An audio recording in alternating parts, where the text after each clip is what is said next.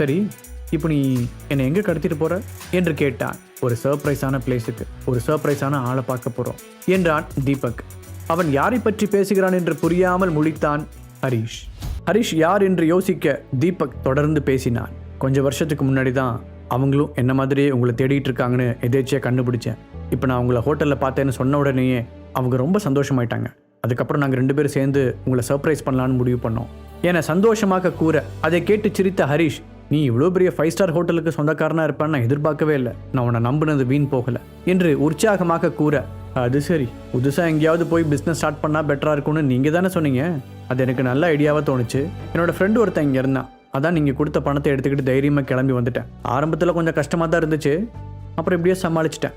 இப்போ நீங்கள் என்ன நினச்சி பெருமைப்படுவீங்கன்னு நினைக்கிறேன் என்றார். கண்டிப்பா என்று ஹரிஷ் சொல்ல, இன்னும் கொஞ்சம் தூரம் சென்ற தீபக் ஒரு பெரிய ஆஃபீஸ் காம்ப்ளெக்ஸ் முன்னால் காரை நிறுத்தினான். காரில் இருந்து இறங்கிய ஹரிஷ் அங்கிருந்த போர்டை அண்ணாந்து பார்க்க, ஐரா இன்டர்நேஷனல் கம்பெனி என்று தங்க நிறத்தில் பெயர் மின்னியது.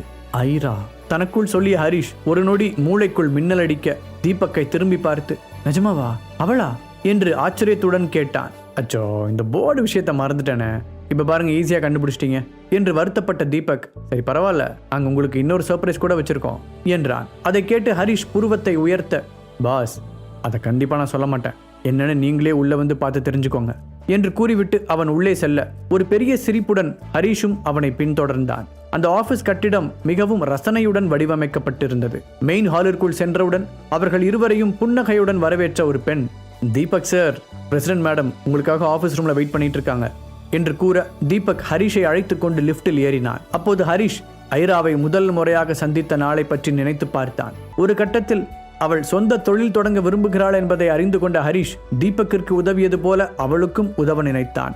அவளுடைய பிசினஸ் டேலண்டை பற்றி அவனுக்கு எதுவும் தெரியாது என்றாலும் அவளுடைய நேர்மையை பற்றியும் ஹார்ட் ஒர்க் பற்றியும் ஹரிஷுக்கு நன்றாகவே தெரியும். என்ன பாஸ், பிளாஷ்பேக்ல மூழ்கிட்டீங்களா? ஹரிஷ் எதுவுமே பேசாமல் வருவதை பார்த்து தீபக் கேட்டான். ஆமா சொன்ன ஹரிஷ் கியூட்டாக சிரித்தான். இந்த சிரிப்பு தான் பாஸ் நான் ரொம்ப மிஸ் பண்ணேன் தீபக் ஃபீலிங்குடன் கூற, ஹரிஷ் விளையாட்டாக அவனுடைய தோளில் அடித்தான். இங்க இருக்கிறது எல்லாமே நியூ ப்ராடக்ட்ஸ், இப்பதான் ரிலீஸ் பண்ணியிருக்காங்க. போகும்போது வேணா உங்க ஒய்ஃபுக்கு எடுத்துட்டு போங்க பாஸ், ரொம்ப சந்தோஷப்படுவாங்க தீபக் சொல்ல, ஹரிஷ் அப்பொழுதுதான் சுற்றிலும் பார்த்தான். அந்த ஃப்ளோர் மொத்தமும் ஸ்கின் கேர் மற்றும் பியூட்டி ப்ராடக்ட்ஸ் இடம் பிடித்திருந்தது. பாஸ், நீங்க இங்க ஒரு 2 மினிட்ஸ் மட்டும் வெயிட் பண்ணுங்க, நான் இப்போ வந்துடுறேன் தீபக் சொல்ல, புரிந்து கொண்ட ஹரிஷ் சம்மதமாக தலையசைத்தான். இவ்வளோ பில்டப் கொடுக்குற அளவுக்கு அப்படி என்னதான் சர்ப்ரைஸ் வச்சிருக்காங்க?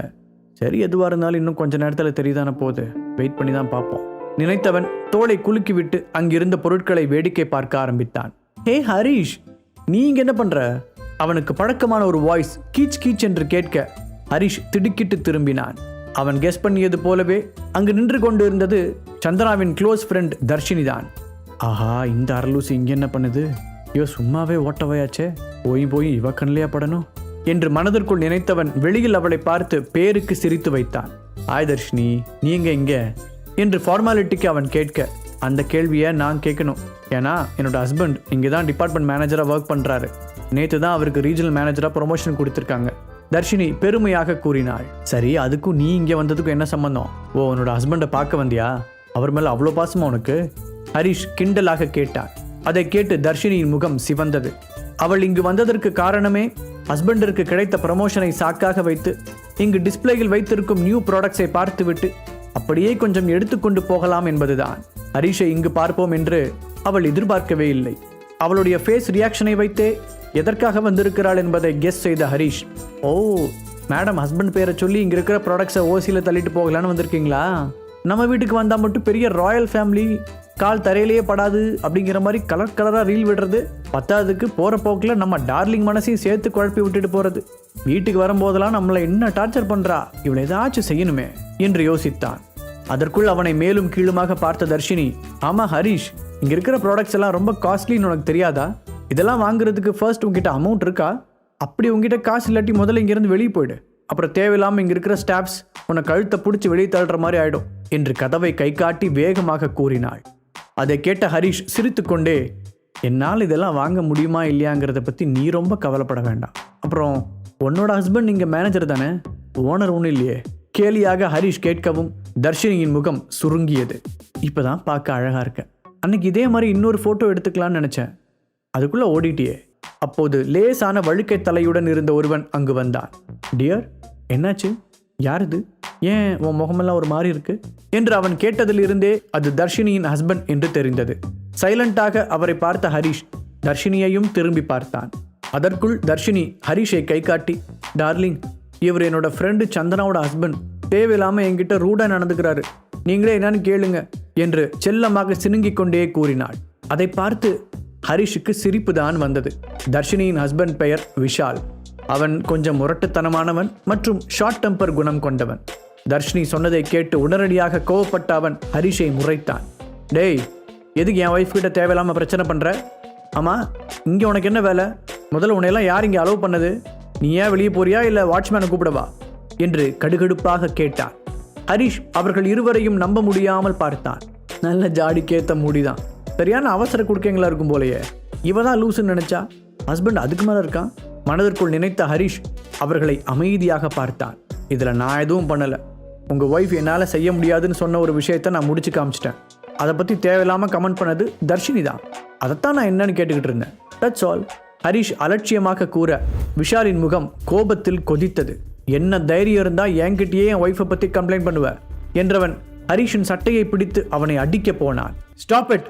சிங்கத்தின் உருமல் போன்ற ஒரு கர்ஜனை அந்த ஃப்ளோர் முழுவதும் எதிரொலிக்க தீபக் வேகமாக ஓடிவர அவனுக்கு பின்னால் ஐரா வந்து கொண்டிருந்தாள். Hello Deepak sir and president ma'am, what a surprise என்று பேச முடியாமல் விஷால் தடுமாறினான். தீபக்கின் முகத்தில் கொழுந்துவிட்டு எரிந்த தீ அவனை சுட்டு பொசுக்குவது போல உணர்ந்தான். அதை நினைத்து விஷாலுக்கு வேர்த்து ஊற்றத் தொடங்கியது. அம்மா, யார் நீ? எதுக்காக இவர் மேலே கை வச்ச என்று கோபத்துடன் கேட்டான் தீபக். அதை கேட்டு பதட்டமான விஷால், இல்லை சார், நான் எதுவும் பண்ணல. இவர் தான் தேவையில்லாமல் பிரச்சனை பண்ணாரு. நான் சும்மா பயமுறுத்த தான் மேலே கை வச்சேன். என் பேர் விஷால். நேற்று தான் ரீஜனல் மேனேஜராக ப்ரொமோஷன் கிடைச்சது. கண்டிப்பாக இவரை காயப்படுத்துறது என்னோட நோக்கம் இல்லை. இவர் தெரியாமல் இந்த பக்கம் வந்துட்டாருன்னு நினைக்கிறேன். இப்போவே யாரையாவது கூப்பிட்டு இவரை வெளியே அனுப்ப சொல்கிறேன் என்றான். இப்போது கூட ஹரிஷ் தீபக்கிற்கு தெரிந்தவனாய் இருப்பான் என்று அவன் யோசிக்கவில்லை. தீபக் அவனுடைய பிரசிடென்ட் மேடத்துடன் நல்ல ரிலேஷன்ஷிப்பில் இருப்பவன் என்று விஷாலுக்கு தெரியும். ஐரா, இதுக்கு நான் பதில் சொல்றதை விட நீ சொல்றதான் கரெக்டா இருக்கும் தீபக் கூற அவனுக்கு பின்னால் கம்பீரமாக நின்றிருந்த ஐரா விஷாலை பார்த்தாள். இவ்வளவு நாள் அவள் கஷ்டப்பட்டு தேடிய ஹரிஷ் இப்பொழுது அவளுடைய கம்பெனிக்கு வந்திருக்கும் போது அங்கு வேலை செய்யும் ஒருவன் அவன் மீது கை வைத்ததை ஐராவால் நினைத்து கூட பார்க்க முடியவில்லை. இப்பவே ஆபீஸுக்கு போய் நீயே ரெசிக்னேஷன் லெட்டர் கொடுத்துரு. இனிமே உன்னை அந்த பில்டிங்லேயே பார்க்கக்கூடாது.